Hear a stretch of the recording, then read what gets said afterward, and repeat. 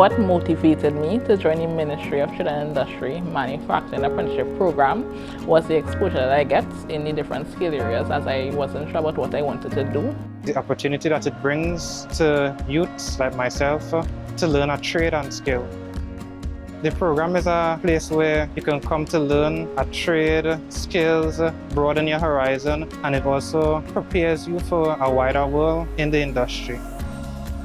As I specialize in electrical, I gain how to do installation for regards to wiring, for example lights, plugs, duplex and stuff for your house. I also get industry exposure to PLCs, programmable logic controls. I recommend anyone who is not sure about what they want to do in life but just want exposure to see what's out there, because when you look at it, the world runs on tradesperson. So anybody who wants to get practical in what they do or get exposure just to figure it out, I would recommend it to them.